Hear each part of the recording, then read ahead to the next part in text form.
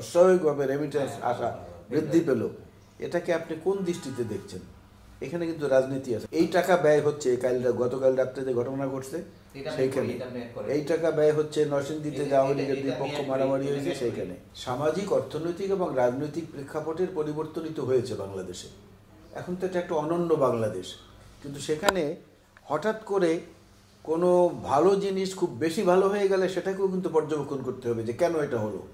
আপনি দেখেন রেমিটেন্স আসার পরিমাণ যে হারে বৃদ্ধি পেয়েছে, যে হারে সর্বকালের সর্বরেকর্ড ভঙ্গ হয়েছে ডিসেম্বরে রেমিটেন্স আসা, প্রবাসীদের অর্থ যে আসা বৃদ্ধি পেলেও এটা সরকারের পক্ষ থেকে অনতিবিলম্বে এটাকে পর্যবেক্ষণ করা উচিত। কী কারণে বাড়ল? এই অর্থ কাদের কাছ থেকে আসছে? যারা এখান থেকে হাজার হাজার কোটি টাকা পাচার করেছে তারাই কি ব্যাংকে পাঠাচ্ছে? এবং কারো কারো ব্যাংকে অস্বাভাবিক লেনদেন দেখা গেছে।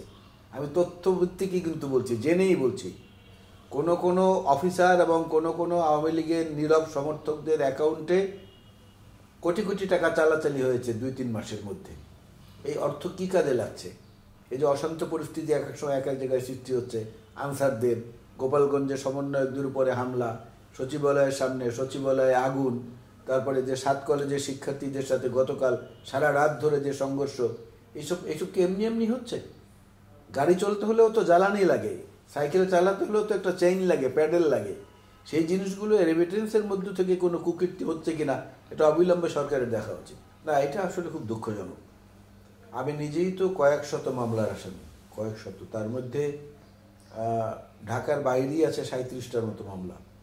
তো সেখানে মাত্র 13টি মামলা আমি নিজে নিজে আদালতে গিয়ে যে একজন আইনজীবী হিসেবে নিজে চেষ্টা করে আইনের ধারা অনুসরণ করে সেগুলো থেকে আমি মুক্তি পেয়েছি, খালাস পেয়েছি, কোনোটা অব্যাহতি পেয়েছি। এভাবে এরকম তো আমাদেরকে তো বর্তমান সরকারের পক্ষ থেকে বলা হচ্ছে যে এই মাসের মধ্যেই অধিকাংশ মামলা উঠে যাবে সাইবার সিকিউরিটি অ্যাক্টের বা ডিজিটাল সিকিউরিটি অ্যাক্টের, এবং সমস্ত মামলা ফেব্রুয়ারি মাসের মধ্যে উঠে যাবে, এটা বলছেন তারা।